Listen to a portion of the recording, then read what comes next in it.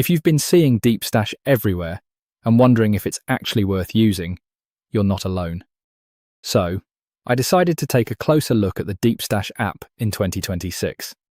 Deepstash is basically an app for learning new ideas in a short amount of time.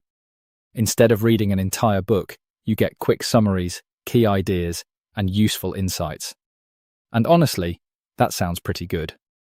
The app covers topics like business, productivity, self-improvement, psychology, relationships, and more.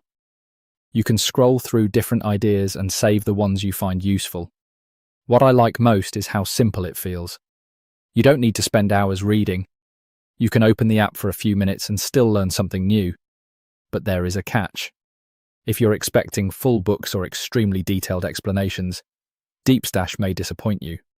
The content is designed to be short, so you're getting the main ideas rather than everything from the original source. And then there's the premium side. Some features and content may require a paid subscription, so you should check exactly what you're getting before paying. Another thing I noticed is that short summaries can sometimes make complicated topics feel too simple. If you really want to understand a subject, you'll still need to do more research.